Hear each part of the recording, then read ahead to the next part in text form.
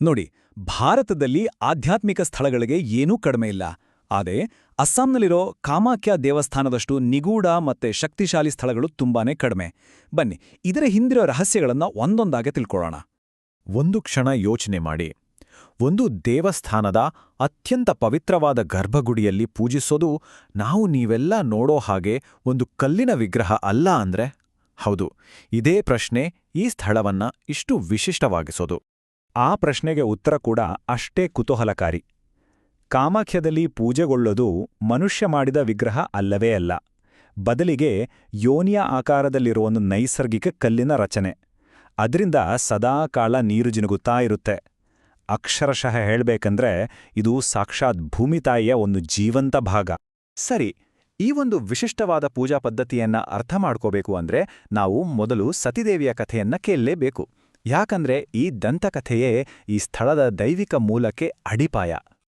ಇಲ್ಲಿ ಶಕ್ತಿಪೀಠ ಅನ್ನೋ ಒಂದು ವಿಚಾರ ತುಂಬಾನೇ ಮುಖ್ಯ. ಪುರಾಣದ ಪ್ರಕಾರ ಸತಿದೇವಿಯ ದೇಹದ ಭಾಗಗಳು ಎಲ್ಲೆಲ್ಲಿ ಬಿದ್ವೋ ಅಲ್ಲೆಲ್ಲ ಅಪಾರ ದೈವಿಕ ಸ್ತ್ರೀಶಕ್ತಿಯ ಕೇಂದ್ರಗಳು ಅಂದ್ರೆ ಶಕ್ತಿಪೀಠಗಳು ನಿರ್ಮಾಣವಾದವು. ಕಾಮಾಖ್ಯವನ್ನು ಇವೆಲ್ಲವುಗಳಲ್ಲಿ ಅತ್ಯಂತ ಶಕ್ತಿಶಾಲಿ ಪೀಠ ಅಂತ ಪರಿಗಣಿಸಲಾಗುತ್ತೆ. ಈಗ ಆ ಕಥೆಯನ್ನ ಸ್ವಲ್ಪ ವಿವರವಾಗಿ ಕೇಳಿ. ತನ್ನ ತಂದೆಯಿಂದ ಅವಮಾನಿತಳಾದ ಸತಿ ಯಜ್ಞದ ಬೆಂಕಿಗೆ ಹಾರಿ ಪ್ರಾಣ ಬಿಡ್ತಾಳೆ.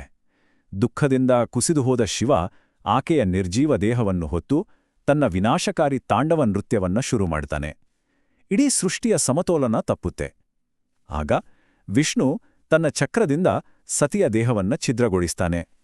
ಆಕೆಯ ದೇಹದ ಒಂದೊಂದು ಭಾಗ ಬಿದ್ದ ಸ್ಥಳವು ಒಂದೊಂದು ಶಕ್ತಿಪೀಠವಾಯಿತು. ಈ ನೀಲಾಚಲ ಬೆಟ್ಟದ ಮೇಲೆ ಬಿದ್ದಿದ್ದು ಸಕಲ ಸೃಷ್ಟಿಯ ಸಂಕೇತವಾದ ಆಕೆಯ ಯೋನಿ. ಅದಕ್ಕೆ ಈ ಸ್ಥಳ ಪವಿತ್ರಗಳಲ್ಲಿ ಅತಿ ಪವಿತ್ರವಾಯಿತು. ಸರಿ, ಪುರಾಣದ ಕಥೆಯಾಯಿತು. ಈಗ ವಾಸ್ತವಕ್ಕೆ ಬರೋಣ.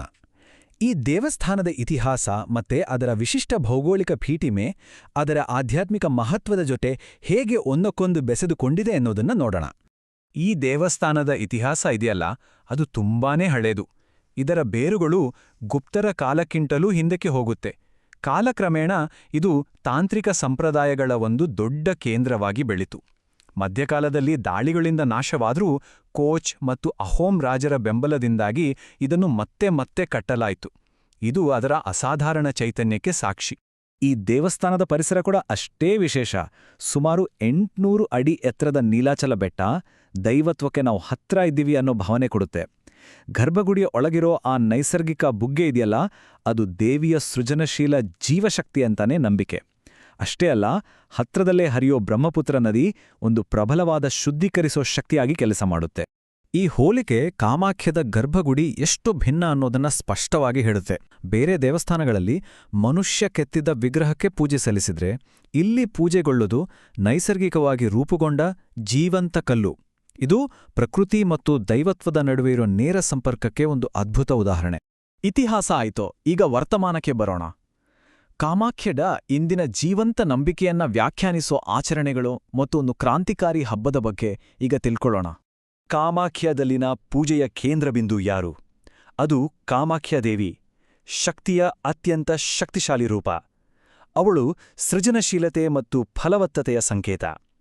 ಇಲ್ಲಿನ ಅತ್ಯಂತ ವಿಶಿಷ್ಟವಾದ ಅಂಶ ಏನಪ್ಪಾ ಅಂದ್ರೆ, ಹಿಂದೂ ಧರ್ಮದಲ್ಲಿ ಇದು ತುಂಬಾನೇ ಅಪರೂಪ.